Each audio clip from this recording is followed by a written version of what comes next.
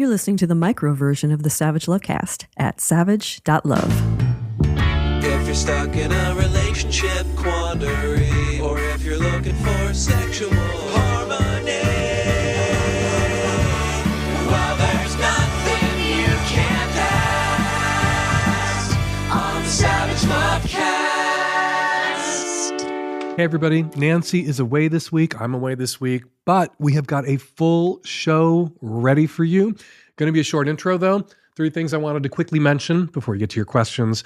Thing number 1, last week, Louisiana became the first state to criminalize the possession of mifepristone and misoprostol, the abortion medications I can barely pronounce.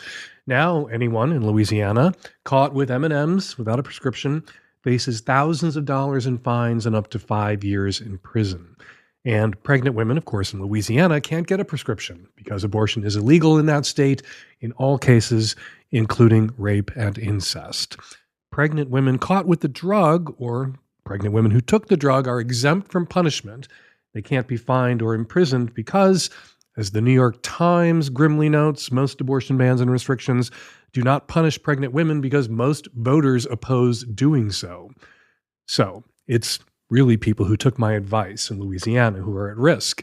My advice, of course, was to order these pills, stock up, keep them on hand. They have a shelf life of 2 to 5 years. They're safe and effective for self-administered abortions. And if you're one of the very rare women who have complications after taking them, M&M-induced abortions are indistinguishable from miscarriages. So you do not have to disclose that you took these medications if you should wind up in the ER, which is extremely unlikely. Sexually active people who are sexually active with opposite-sex partners and the people who love them should keep these meds handy in the same way people should keep emergency contraception handy. But anyone who does so now, anybody who keeps these meds on hand, could wind up in prison if, say, a shitty one-night stand or an even shittier ex or an even shittier relative finds out they have these meds and turns them in. So, aunts and moms and best friends are going to wind up in prison, as will women who aren't pregnant but ordered the pills online in case they might need them at some point, which is still legal to do. You can still order these pills online and have them shipped into Louisiana. You just don't want to get caught with them by the cops in Louisiana. Man, if Republicans thought abortion bans were unpopular with voters, and they are, as Republicans have learned over the last couple of years, wait until they get a load of how voters feel about seeing their aunts and best friends and gunkles getting arrested. Thing number 2 on my list of things I wanted to quickly touch on at the top of the show this week goes out to my fellow homos. Right after you go to plancpills.org to stock up on M&Ms yourself in case your favorite niece or best friend from work or little sister ever needs them, go get your ass vaccinated against monkeypox, or Mpox, the virus formerly known as monkeypox. There has been a big uptick in cases in the U.S. over the last 6 months among men who didn't get vaccinated during the 2022 outbreak or only got 1 shot of the 2-shot monkeypox regimen. If you are one of the 1 in 4 gay and bi men who didn't get vaccinated, get your gay ass fully vaccinated now. If you only got the first shot, go get the second. The CDC is raising the alarm about monkeypox, not just because we're seeing an uptick right now of the monkeypox strain that caused men to experience painful and sometimes disfiguring outbreaks of sores on their rear ends, genitals, and faces, but because there is a new strain of monkeypox raging right now in the Democratic Republic of Congo that's far deadlier and more dangerous. If that new strain, which can, like the previous one, be sexually transmitted, if that new strain should find its way to Folsom or board your next gay cruise, we are in for a world of hurt. The 2022 strain had a very low fatality rate.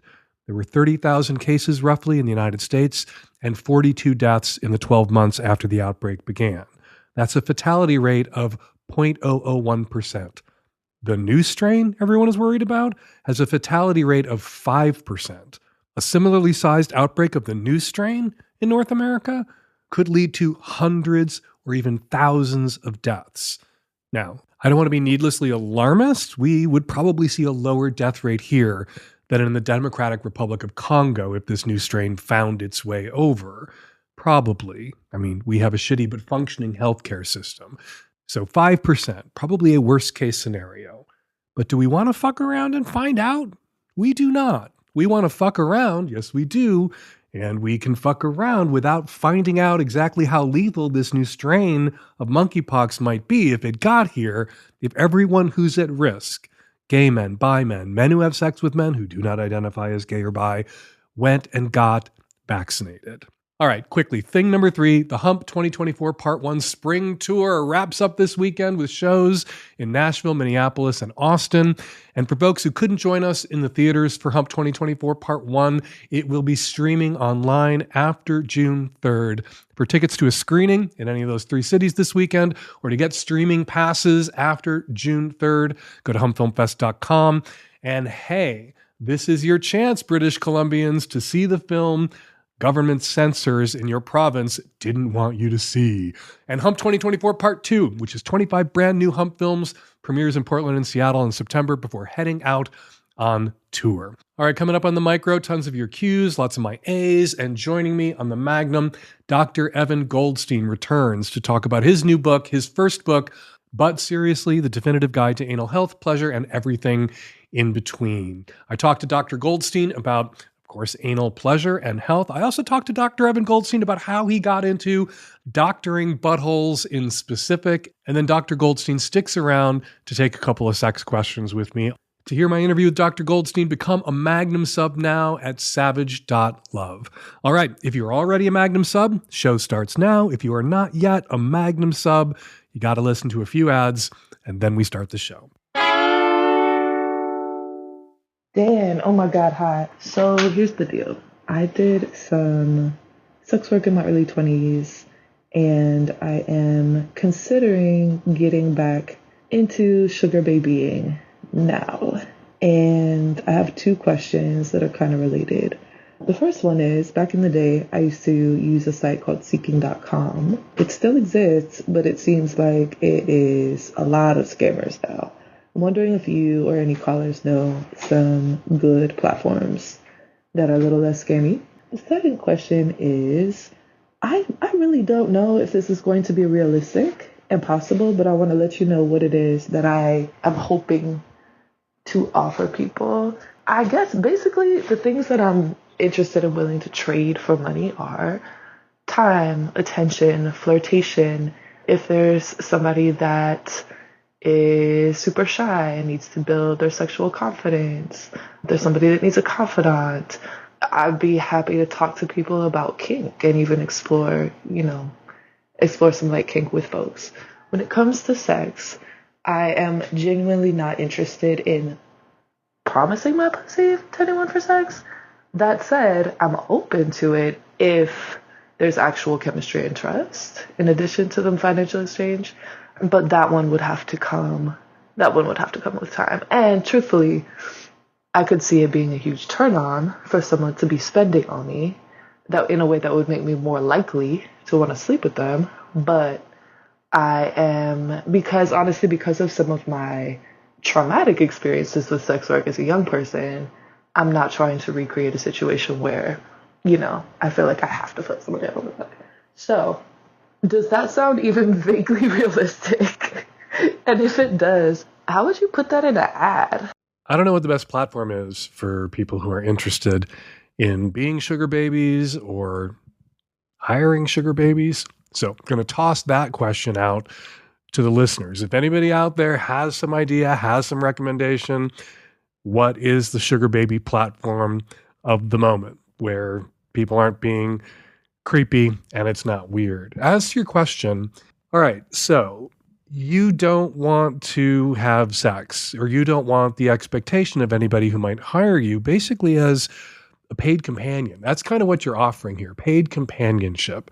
And you don't want someone to come in with the expectation that you're going to fuck them. Now, most people who hire sugar babies, who pay sugar baby rates, are expecting a kind of transactional girlfriend experience that does include, also sometimes a boyfriend experience, that does include sex. So Sex isn't something that you want the other person to expect. Sex is a place you might be willing to go if the chemistry is there. So I wouldn't put that in your ad, actually. What you should put in your ad is no sex, paid companionship, dates, hanging out, flirting, time, attention. You can practice your game with me, and I will give you feedback, and I will lavish you with affection and attention, but no sex. What you want to do is set their expectations at no sex so that they're not pressuring you, not trying to get into your pants. And then if you decide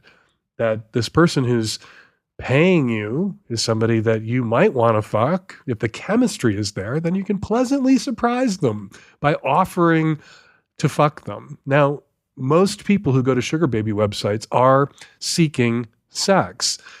So you'll probably get less bites, you'll get less interest than women who are offering and men who are offering the full sugar baby transactional affection, boyfriend, girlfriend experience thing, including sex. But considering your history in sex work, the trauma that you talk about in your past experiences doing sex work, which sounds like they were rooted in the expectations that your clients had of you, fewer offers might be better. And waiting for the right offer from the right guy who is mostly after the girlfriend experience and not after the sexual experience. It wants the dating, wants you to be a paid companion, which is a thing that some people do want. Waiting for those rare bites would be better than a lot of bites from guys whose expectations are going to feel for you like pressure to engage in sexual acts that you don't want to engage in. So in your ad, take sex off the table. Sex is not going to happen. Be explicit about that.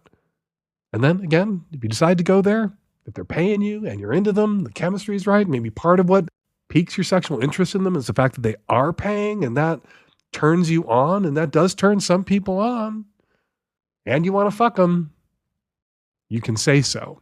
And they can be pleasantly surprised rather than waiting around. Hey, Dan, cisgender gay man coming to you from Brooklyn, New York. I got reacquainted with the podcast about a year ago when a buddy of mine was waxing poetic about the GGG in my backyard. I've enjoyed your podcast a good bit since then and have really taken note of your quiet advocacy for polyamory and ethical non-monogamy within the podcast. Even your commercials, tout a little bit about, your husband and your boyfriend and his boyfriend, and that seems so wonderful. But as a man on the ground here who's single and trying to figure out my life here at age 54, I've yet to really meet in real life anybody who's made the poly thing work.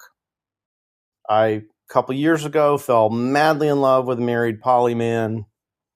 He seemed to have it all together, knew what he was doing. I met the husband, hung out with them, and I really thought we were building something. And then when my feelings got to be a little too strong, it was over. Exact same thing happened to a female friend of mine when she tried to date a married poly man. Now, more recently, I was in a situation where I met a married couple, and one of them really kind of fell for me really quickly. And when I asked about their status, were they open, were they poly, whatever, it opened this whole big thing within their marriage that they then had to address and became a real problem for them. And just that simple shift from open to poly was not something they could do. And me just kind of suggesting it created a problem. So my question here for you, Dan, my friend, is what's the GGG of polyamory? What's the simple, easy to remember set of rules for someone intrigued by this relationship style to approach it? My advocacy for polyamory and ethical non-monogamy has been called a lot of things, but quiet? I don't think it's been quiet. My advocacy for polyamory and ethical non-monogamy and, my advocacy every once in a while for not exactly ethical non-monogamy has been loud and long, cacophonous. All right, you want to know whether or not polyamory, triad relationships, thruples, I think that's what you're interested in, if those ever work. Define work. Too often when it comes to relationships, we define work as somebody's dead.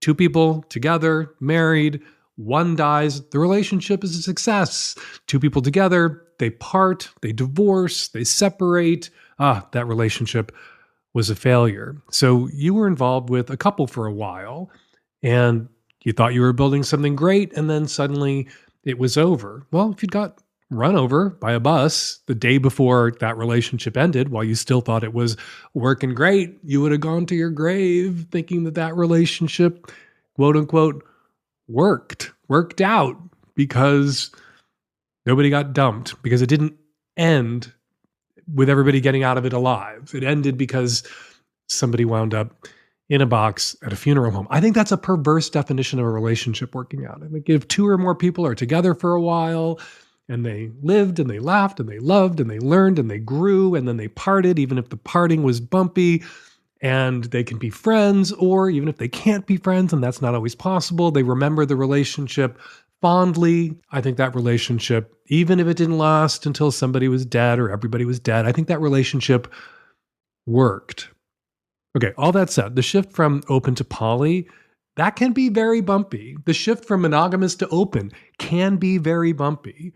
It's often the case that one person wants to open the relationship and they have to have a kind of relationship extinction level event, risk conversation with their partner about opening the relationship.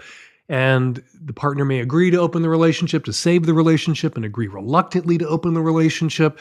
And for a while, it's very fraught. And then that couple grows into an open relationship that both partners are happy to be in. And sometimes they even forget whose idea it was in the first place.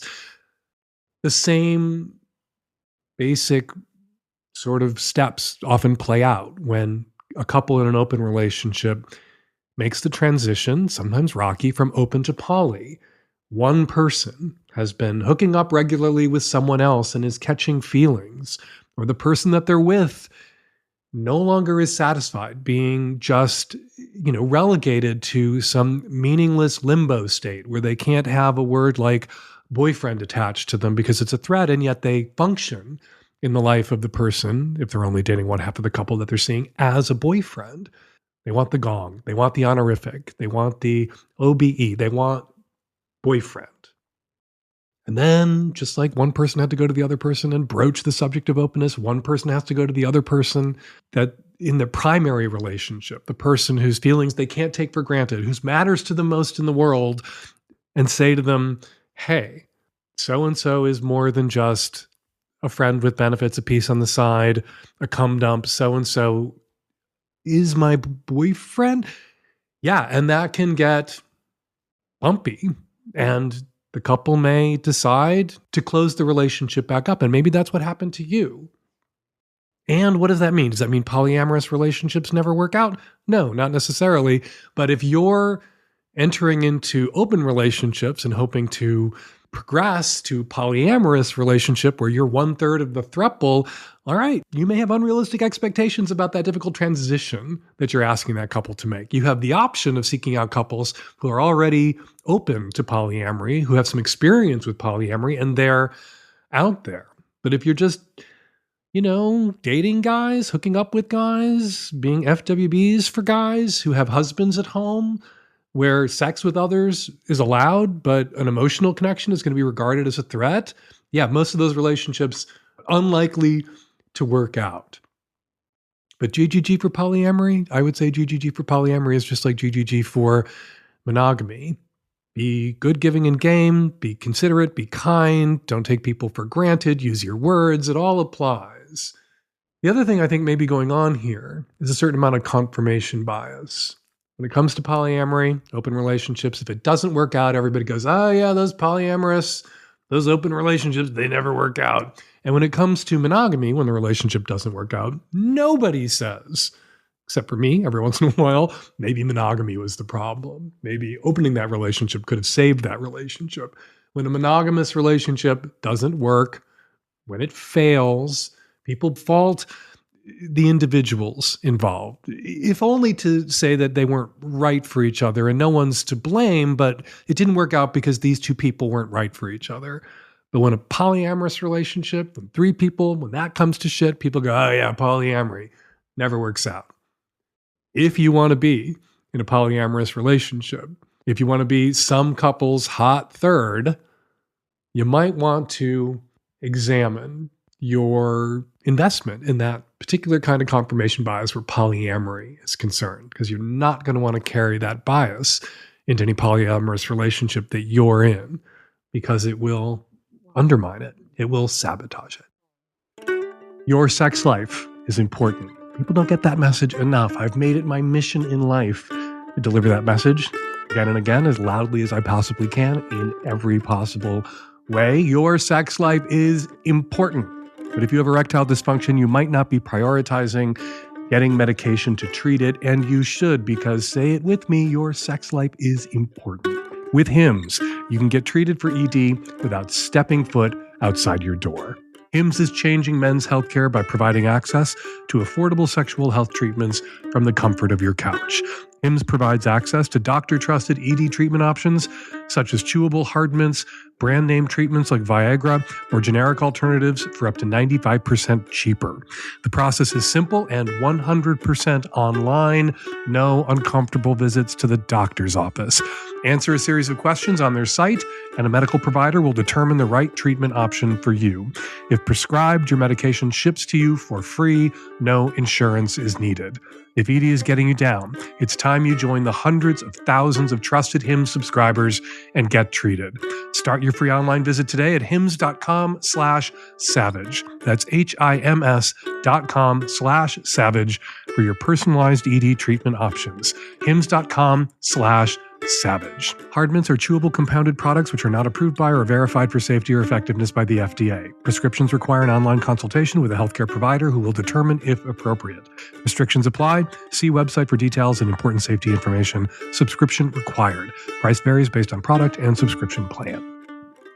Hi, Dan. I'm an early 40s female in a relationship with a man in his early 50s. We've been dating for about a year and living together for 10 months, and it has been an incredibly rocky and stressful relationship. Lots of fighting, lots of verbal abuse, and just lots of trauma and pain, both from the relationship and hangovers from both our childhoods. But throughout all the fighting and chaos, we did have great sex, which kept us connected, even when we were fighting and kind of on the verge of breaking up. But now the last couple months, things have been calmer, more emotionally stable, no more verbal abuse, and he now has no libido. We haven't had regular sex for over 4 months. He has turned me down for sex so many times that I've just stopped trying. And so after all we've been through and after the way he has treated me, I'm just feeling so undesired, unloved, and really, really frustrated. I mean, this is coming off of the heels also of a 10-year marriage on my part where I had just bad sex for 10 years, and I'm just feeling so frustrated and sad. I just really want to have a good sex life, especially while I'm feeling so energized and passionate and alive. I know he's getting to an age where hormones are going to affect his sex drive. So I want to be sensitive, understanding, especially because I know that's going to happen to me one day. But I'm also just dying for sex, and I'm feeling just less intimately connected to him as the weeks go by. And it's so hard to talk to him about it because he's really not able to be empathetic to how this is affecting me. He really struggles to talk about it and gets mad at me when I express any struggle about it myself. Dumping him over this feels harsh, but I also realize it's not just about the lack of sex now, but certainly about all that came before it. So just right now I'm trying to figure out, where should I draw the line between staying in this or between being supportive and hopeful that he can figure this out, because he is trying. I know he's trying, and I know he does want his libido back. But between that and then making my sexual needs a priority, can I do both somehow without dumping him? For what it's worth, I really can't see him ever being okay with an open relationship. So I don't think that that's even an issue to consider. On no planet, in no timeline, was I going to recommend to you opening this relationship to save it. Fuck this relationship. Verbally abusive, stressful, lots of fighting. You can't even talk with him about this very important issue, lady, even if the sex was great, even if he was nailing you on the regular and pounding it out and it was awesome, I would be telling you to get the fuck out of this relationship.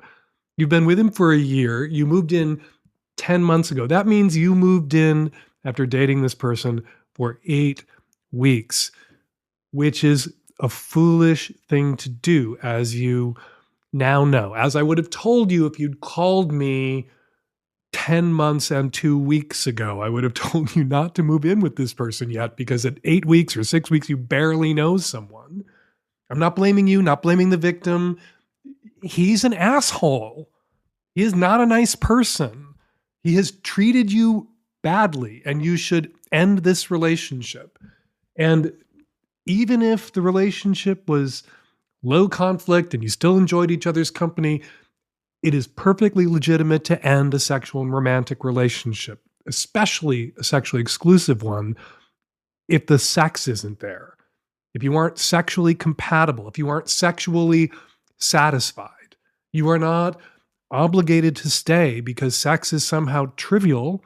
And as I've said a million times before, sex is so trivial and so unimportant that you can't end a relationship because the sex isn't good. Why is sex so important that you can't do it with anybody else if you're in a relationship?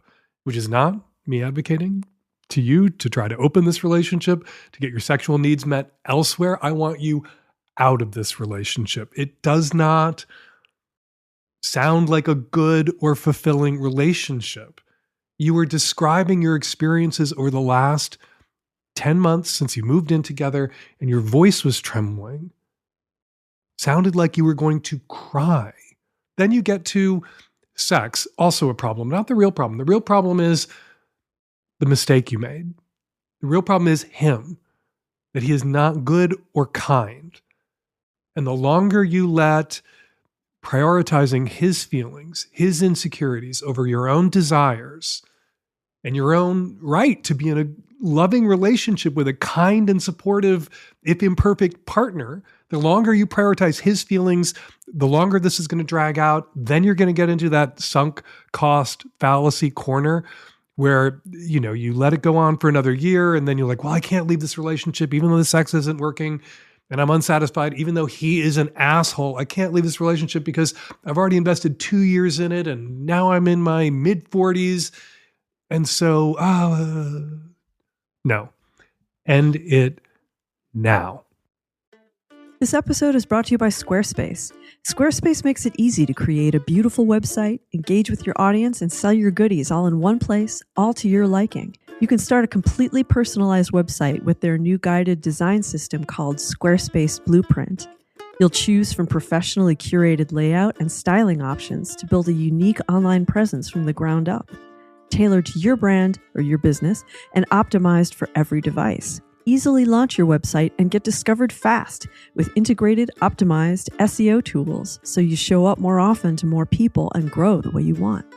Make some money!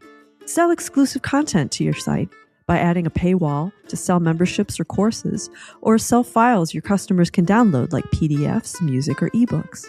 Make outreach automatic with email marketing tools that engage your community, drive sales, and simplify audience management. Introduce yourself to unlimited new subscribers with flexible email templates. Then create custom segments to send targeted campaigns. Built-in analytics measure the impacts of every send. This is just a tiny taste of what Squarespace is offering you, if only you would take it.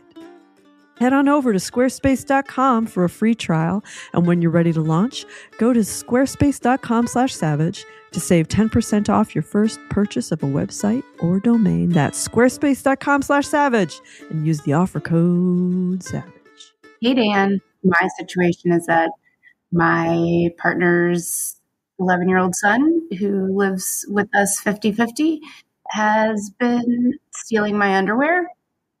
And it's given me a complex about the sex that I have with my boyfriend, because now I'm afraid of his son overhearing us or even just thinking about it. And I'm kind of just, as you guys, freaked out about the whole thing, and was wondering if you had any tips on how to get out of my head about it? I understand that the days that they're not with us, that we can, be together. But also, sometimes when they are with us, I want to fuck my boyfriend's brains out. It's almost as if when we grow up, we stuff down the memory hole all these awkward realizations or early childhood experiences where we as adults forget, how creepy and weird kids can be as they're hitting puberty and becoming, developing a kink or developing some sort of sexual awareness of the adults and what they're doing around them. And that can be squicky for all involved, but it's temporary. Kid's 11 now, a few years go by and will be over less and in your house less and in your face less than an 11-year-old. And you'll have more privacy and more time and more distance, literally, physically, emotionally, from this kid than you're able to do now.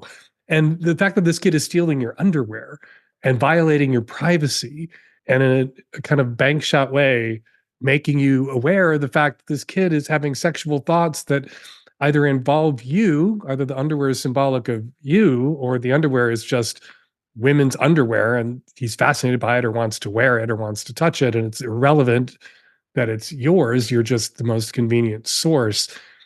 It's squeaky to think about that shit, but like there are, adults out there, adult men out there who have enormous panty collections or panty fetishes or are cross-dressers. And those adults had early childhood experiences and did shit in childhood that adults around them were aware of and turned a blind eye to, or adults around them were aware of or made aware of and had to have an awkward conversation and a little bit of a confrontation with the kid about what is appropriate and what is not appropriate and boundaries and respect. And I think that's the conversation that not you, that's the conversation that this kid's father needs to have with this kid. You know what you know, and you know what he's done. And he needs to know that what he's done is not okay. And that this kind of behavior, if he continues to do it, like literally in some places could land him on a sex offender registry. And so, which I think is crazy, but you don't want this obsession with getting his hands on, through deceit, women's underwear to not be checked. And not be checked, I think, in some ways by a little bit of shame. He may not be aware that you're aware. And knowing that you know could be so mortifying to him that he never does this to you, at least again. And then in adulthood, he assembles his panty collection in a way that doesn't violate anybody's privacy or sense of safety in their own home. Maybe right now he's stealing your underpants because he has no way to get his hands on women's underwear any other way. And when he's 17 and has an Amazon gift card, he may be able to order some on his own and not have to be swiping his father's girlfriend's underpants like this. Your boyfriend needs to talk to his son about what he's doing and why it needs to stop and stop right now. And then, how do you fuck the shit out of your boyfriend when the kids are in the house? You try to forget the kids are in the house. You try to find those moments when the kids are with you, but not at home. You raise free-range kids who are allowed to be out of your sight and not being supervised every minute by their parents and the other responsible adults in their life, so that you do have some alone time with your boyfriend and you can fuck the shit out of him then. And it's a blessing that he doesn't have full-time custody and they don't live with you 7 days a week, every week.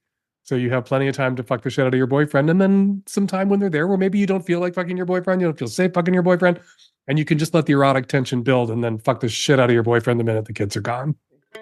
This episode of the Savage Lovecast is brought to you by Euphoria, makers of products for amazing sex, the kind of sex you want to have. Intimacy massage oil can help create connection, help you or your partner enter a state of true relaxation, and stir arousal. Skin will be left feeling hydrated, soft, supple, and ready for anything. Remember that first date feeling, the butterflies, the warmth, the electricity of the first time your partner touched you? It all comes flooding back with Intimacy Massage Oil. I also recommend Awaken Arousal Oil. Awaken is like a juicy warm-up that helps get you really turned on, increasing your pleasure and deepening your orgasms with a partner or solo. Awaken uses CBD and warming, sensation-inducing organic botanicals that enhance arousal, sensitivity, pleasure, access to orgasm, and help with any discomfort. Best of all, Awaken just turns you on. So, as your resident sexpert, sexologist, sex haver, sex promoter, you have my permission to try this. Go ahead and treat yourself and your partner. Have your juiciest and deepest sensual experience with a bottle of Foria. Foria is offering a special deal for our listeners. Get 20% off your first order by visiting foriawellness.com/savage or use code SAVAGE at checkout. That's FORIA wellness.com/savage for 20% off your first order. I recommend trying their new massage oil combined with their Awaken Arousal Oil. And yes, you can thank me, and you will thank me later. Hey, Dan and the crew. Bisexual guy in the Southeast here. Been married to my wife for about 15 years. And we've recently run into an issue that is both a marriage issue and a parenting issue all wrapped up into one. So I had an affair with a coworker about 12 years ago. It was a brief affair, no intercourse, about 2 or 3 weeks long. The whole thing blew up. I told my wife, the affair partner told their spouse, we told our shared employer, the whole thing went sideways. And we've been recovering ever since. Now, my wife and I have had marriage counseling. We've had individual therapy. We've talked about it a lot. I've apologized a lot. We've done many things to try and bring healing to this issue from 12 years ago. Well, we have kids too. Our kids are now 10 and 13. Well, recently we were watching a TV show, and there was a major plot point about infidelity. My wife was upset and uncomfortable. I texted her and gave her an acknowledgement of her pain over text. I said, hey, if you want to take a break from this, if you want to talk about it, I'm here for you. Just let me know. We can talk. And we were watching this with our children at our children's request. They didn't know about all of the pain and all of the baggage.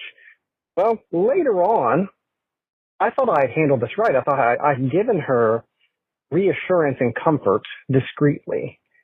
And she tells me that she thinks I need to be more open with our kids, and I should have paused the show as a time for Dad to give us a life lesson on his affair from 12 years ago that the kids never would know about because, again, they're 10 and 13. To what extent do I owe my kids to be enfranchised to my life's biggest mistake, my biggest regret in life? To what extent are they supposed to be exposed to that? And how much should I open up to them about that when I'd rather heal, move on, and move forward? I'm just lost here. I really don't know what to think as a parent and as somebody who has monumentally screwed up in the past. Your kids don't need to know about this. To no extent do your kids need to know that you had an affair before they were born and you and your wife worked through it in counseling.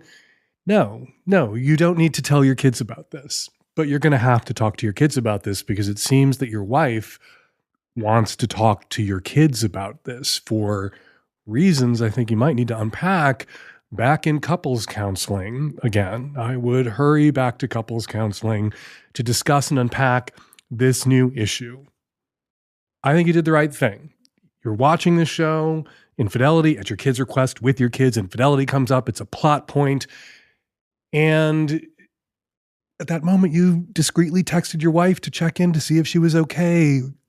And she complains that you didn't stop the show and treat it as a teachable moment where you could teach your kids that you were a cheating piece of shit. I imagine that if you had stopped the show and brought it up, your wife would have objected to that too, because I think your wife has unresolved issues here. I don't think actually you could have done the right thing in that moment. Anything you could have done, would have done, should have done in that moment would have been the wrong thing.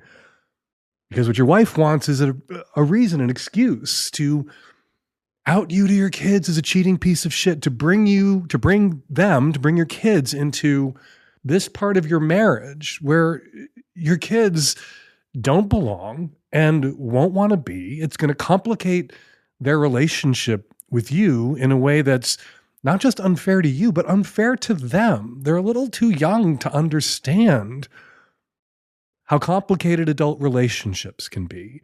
They're also at 10 and 13 at this stage of life where I think kids are particularly vulnerable to marital upheavals in their parents' relationship.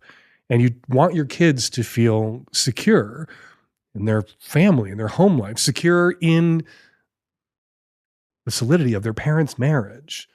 And they're not going to feel that way if your wife picks this moment to out you as having once committed adultery and then doing everything right, seeking individual therapy, seeking couples counseling, working through this together, and choosing, your wife choosing to stay in this marriage, not just stay in this marriage, but have kids after the infidelity and stay in this marriage. And your wife needs to take some responsibility for that choice.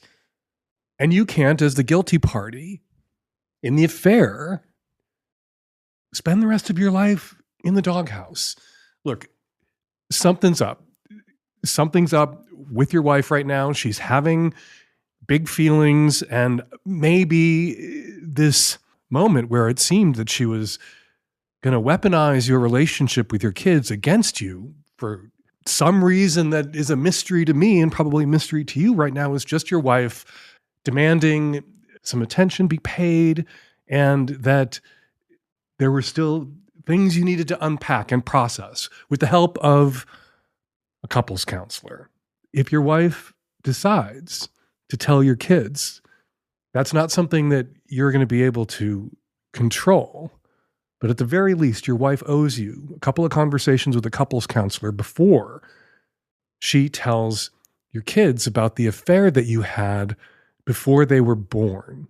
You know, just thinking about your question, thinking about your predicament, this seems like a long game here.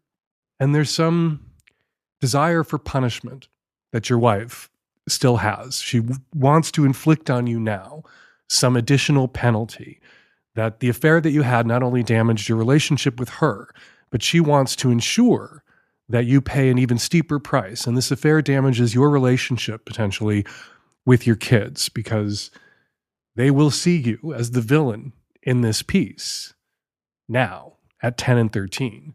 At 20 and 23, they might feel differently.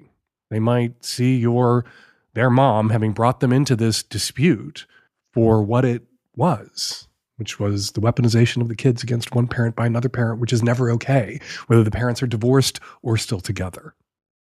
Time for a little listener feedback. First up, some of the comments left on last week's show in the very lively comment thread at savage.love. Says Ted the Bellhop, I'm repeating myself here, but I love it when you get a comedian guest star.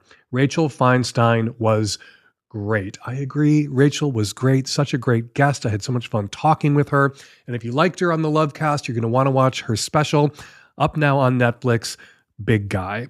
Regarding the call from the woman who felt conflicted about the relationship she had with a 24-year-old man when she was 18, Marsh LC says, I was a very sexually active teenager, mostly with men in their 20s. Sometimes I was exploited. Sometimes I was doing the exploiting. I suspect that if the caller stops telling herself a story about being groomed, she might see that he was pretty young too, and it was just a somewhat unhealthy early relationship for both that is now over, something almost all of us have experienced. About the caller whose boyfriend was freaking out and shaming her about her body count, Thingamajig writes, I think it's a big assumption that a guy who doesn't want to hear about his partner's body count is being sexist. Hey, wouldn't it be fun and sexy to tell each other about our past experiences? Is a perfectly reasonable thing to say. But so is, actually, it makes me uncomfortable to think about you with another person. Not wanting to engage in a particular form of erotic storytelling that his partner likes is not all by itself evidence of sexism. Well, Thingamajig, I do agree with you that it's not always evidence of sexism if somebody's not comfortable having conversations with a new partner about their past sexual experiences or relationships. But in the case of that caller's partner, yeah, I think it was fucking sexist. And I think he was fucking sexist. All right, for more listener feedback, check out Struggle Session, where I respond to listener and reader comments. Goes up almost every Thursday at savage.love. And now, listener response calls. Hey, Dan. I'm calling regarding the caller who has the boyfriend who's said that he's in recovery for sex addiction and didn't want to hear about her sex history. I have a different interpretation of what's happening. Instead of either he identifies as a sex addict or he is a sexist pig. I think that there's something kind of in between. Sex addiction sort of identifies itself with shame a lot of time, and it thrives off of shame. I've noticed that a lot of folks who identify as sex addicts, the center theme around sexual history and sexual autonomy is shame. I'm wondering if he has had sexual experiences that bring up a lot of shame for him, and so identifying as a sex addict is something that has helped him cope with that shame, or at least think he's coped with it. But the issue is it sounds like he's projecting a lot of that onto his partner. And it can be threatening when you feel shame and the person around you does not. So I would say that they should enter into couples therapy and see if they can talk about that and why hearing about her sexual history activates his feelings of shame. Hi, Dan, Nancy, and all. I am calling in response to the lesbian mom who was lamenting how Mother's Day ended up feeling for her and her wife. I will say that what my wife and I do is that she gets Mother's Day, I get Father's Day. And what I mean by that, kind of to Dan's point, is not so much that we make a big celebration out of either day as much as we do a couple of small things. I make my wife breakfast in bed on Mother's Day traditionally, but I do that sometimes anyway. But we know that she's going to get that day. And then on Father's Day, she might do that. She might not, it's something small. But what we've done as well that I think is actually maybe part of what you're looking for is we tell everyone else in our lives that that's kind of how we do it. Whenever people bring it up or we talk about it, we always say, oh yeah, she gets this day, I get that day. And that way, on that day, I get texts from people saying, I know Father's Day is your day. Happy Father's Day. And she gets text saying, Happy Mother's Day. And we get, the recognition on the social media and all that stuff. So it's actually more about other people recognizing our relationship to our kids and the specialness of that we end up getting out of the day. And that can be really gratifying. And that can feel really like normalizing and like a celebration of our whole family, as opposed to what Dan was saying about like making it sort of a grandiose event. And I think, caller, what I heard you saying was that you had expectations of a feeling of specialness, and I just think that's a way to get that feeling. This is a response to the discussion about teabagging. Dan, as a fellow person who loves to discuss Greek and French active and passive roles, I feel like this discussion was a great time to bring up a new role, to do a thing that you also love to do, which is coin a phrase, British active and British passive. Because what says more British than teabagging? And we're going to leave it there. We've got 3 ways for you to get us your questions or comments for future shows. You can record your question at our website, savage.love/askdan, or you can make a voice memo on your phone and email us your question or your comment to q@savage.love, or you can call our landline and leave us a message at 206-302-2064. We will see you this weekend in Nashville, Minneapolis, and Austin for the closing shows of Hump 2024 Part 1's tour. Hump 2024 Part 2, 25 brand new Hump films, premieres in Portland and Seattle in September before heading out on tour. To keep up with all things Hump, go to humpfilmfest.com, and to find out how to get your dirty little masterpiece into the best dirty little film festival in the world, go to humpfilmfest.com/submit. Follow me on Instagram and Threads at Dan Savage. Follow me at Blue Sky at Dan Savage, and I am still on The Bad Place at Fake Dan Savage. Follow Dr. Evan Goldstein on Instagram and Threads at Dr. Evan Goldstein. And whether you're a butt stuff beginner or a butt stuff expert, you're going to want to read Dr. Goldstein's new book, But Seriously. The Savage Lovecast is produced every week by Nancy Hartunian and me and the tech-savvy at-risk youth and Nancy. We'll all be back at you next week for an installment of the Savage Lovecast. Thank you, as ever, for downloading.